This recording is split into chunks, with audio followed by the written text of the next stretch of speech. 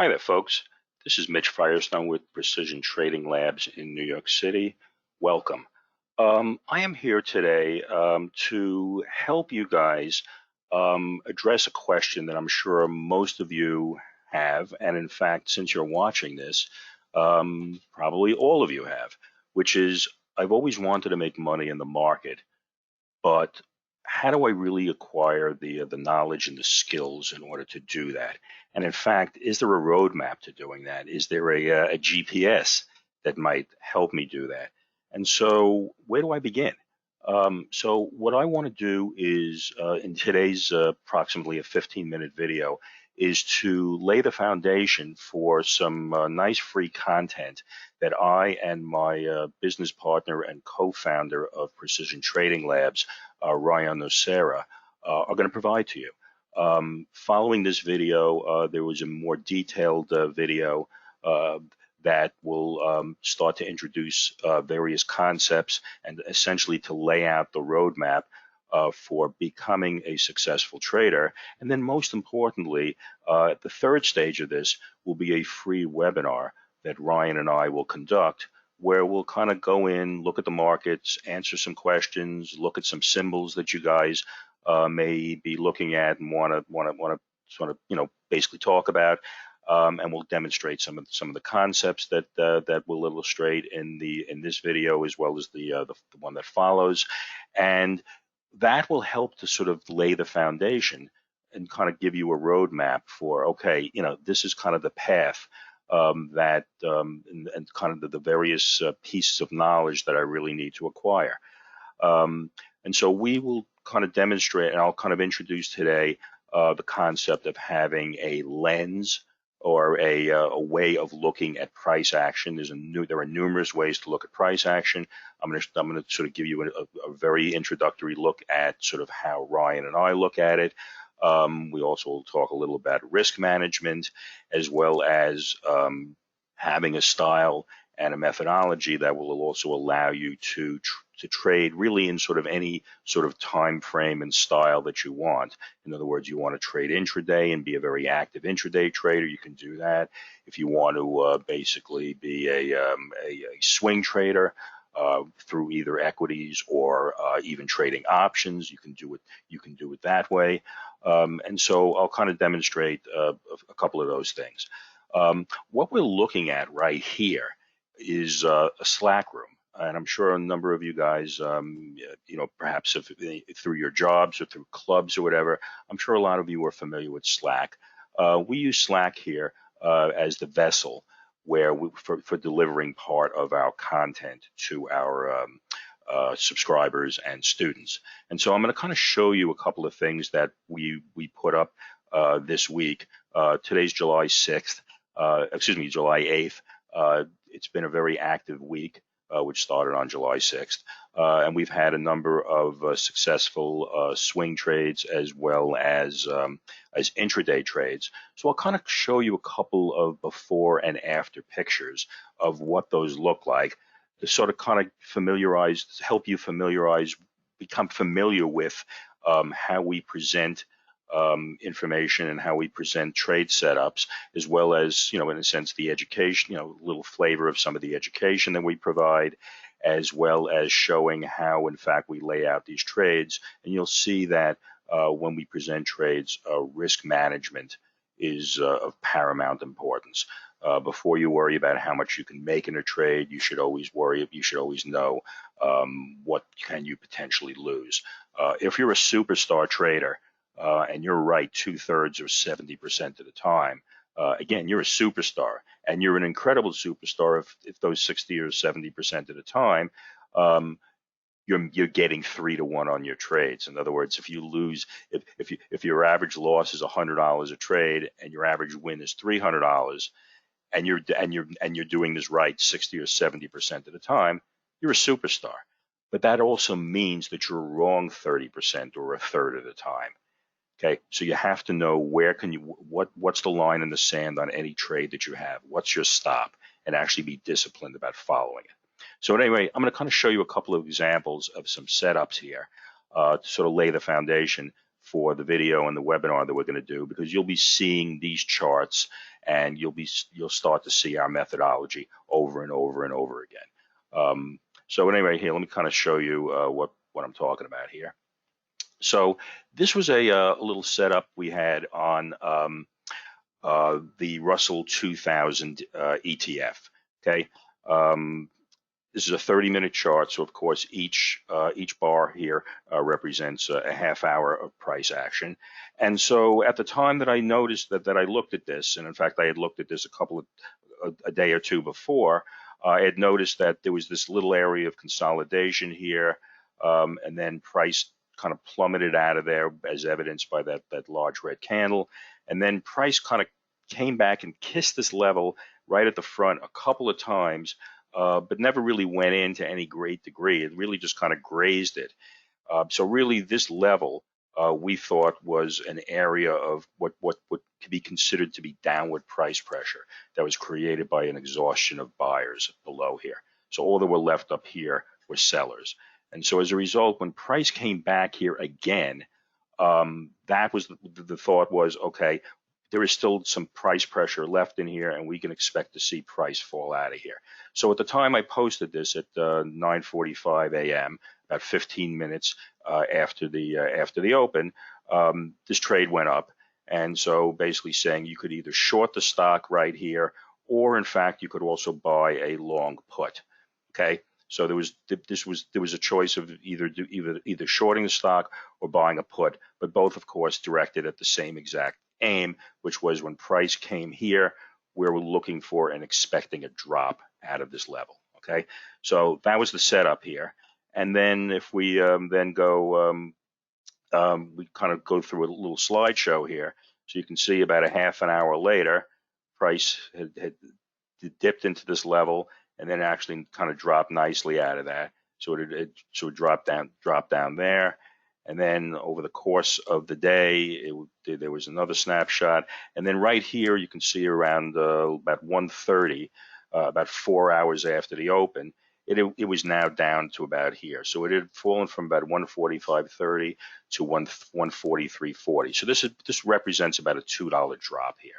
So this was a really nice trade that was developing there. And then if we kind of flash forward to the next day, which was yesterday, price then gapped down further, and at that point we closed out the trade. So price had dropped basically from 145.30 down to about 142. So that was about a $3.30 drop approximately. And so if one had done that, if you shorted the stock, obviously that was your gain, about $3.30 a share. And if you decided that you were going to express this trade using a long put versus the shorting the stock, then we can see that if you got in, it would have been about $9.75 to buy the October 16th expiration put at 145. So this was just basically an at the money put, and the value of that for this trade went from about 975 to about 1130. That was a gain of about $1.55, and on a percentage basis, that was about 16% off of 975. So that was obviously a nice profitable trade. So at any rate, so that's something that I had put up in the Slack room, and our student subscribers were able to follow it, and any number of them actually followed that and made themselves a few dollars. Here's another example of something that we had put up here. This was an intraday trade. And let me just back up here. So this was something that, in fact, one of our subscribers had posted earlier in the day, this stock MOGU. And so this was yesterday afternoon. And so we had actually been kind of following it through the day. And what we're waiting for are these levels where price kind of comes down, consolidates, and then makes a strong move in one way or the other. But you have this nice little area of consolidation. And so what we essentially did was kind of just tracked and followed this stock through the day as it was kind of going up. And we were basically waiting for a pullback. And so as a result, we kind of just kept following it. So there was that level there. A short while later, this level was right here, and that was already 3 o'clock. So there was less than an hour to go in the session. So at that point, we kind of made a decision. Okay, if this thing pulls back relatively quickly, we'll have a trade. But if it takes too long, then we weren't going to bother, because obviously we want to leave ourselves some time for the trade to actually develop. And if it goes against us and we run out of time, we're not happy, because then we have a loss. And if you want this to be an intraday trade, then you're not happy, because you've never really gave the trade a chance. So at 3 o'clock, we had this set up, and we said, okay, well, if it comes back fairly soon, we might get into this, and if not, then no trade. But in fact, so price came back, and then about 3:30, it actually came back, hit the level. Let me see right here. This was 3:34. I believe this happened very quickly after. This was about 3:37 or 3:40, I believe. Price came back there, and then okay, this is a 10-minute chart, and so as a result, price came in here, kind of went up here.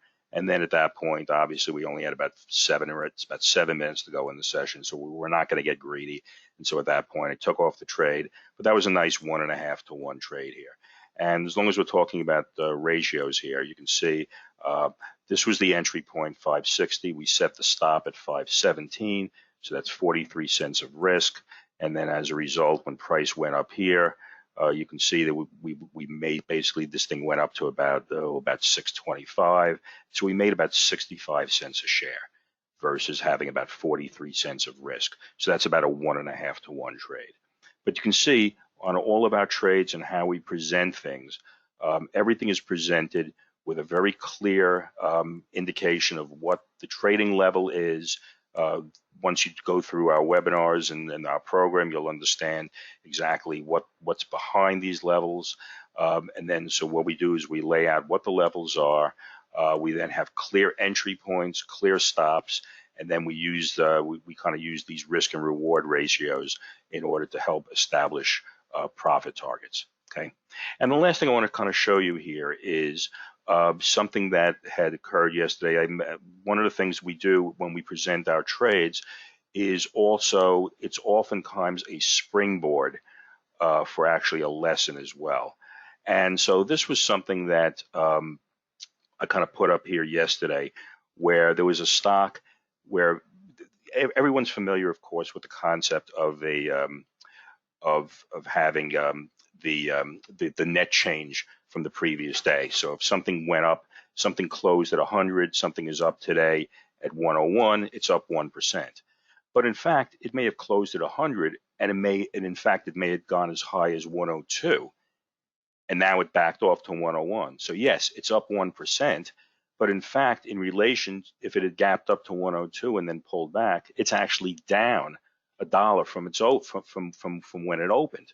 And so as a result, one of the things that I kind of went through yesterday was showing people that how to set up their watch list, or having their watch list of stocks where they monitor, in terms of finding trading opportunities, but not only having the net change and the net percent change, but also the net change from the open and the net percent change for the open. So that this way you know that something may be up, but in fact, it's actually trading down ever since the open occurred.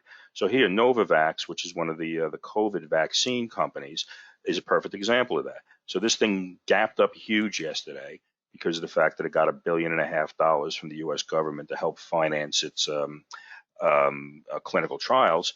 But in fact, you can see that it had actually given back about $2. So this thing was basically up. When it gapped, it was up. It gapped up about $24.75, but now it had given back about $2. It was down $1.80 from the open, and so that helps to actually shape how you're going to look at a stock, because something could be actually up on the day, but in fact it's actually trading weekly. And so in fact, one of the things that we actually did yesterday is we shorted Novavax, because in fact over the next hour this number grew tremendously. This thing went really red, I think, by far more than that. It might have been down about $5 or $6. So as a result, when price rallied up, we actually kind of shorted it. So at any rate, that was a kind of a quick little nice lesson that we presented in there. So anyway, that's what I kind of have today. So what I really wanted to do again was to lay the foundation for the free video that you'll gain access to, and then again the webinar that my partner and I, Ryan Nocera, will be conducting soon. So at any rate, that's what I got today. I hope you found this interesting and helpful, and I will see all you guys soon. Take care. Bye-bye.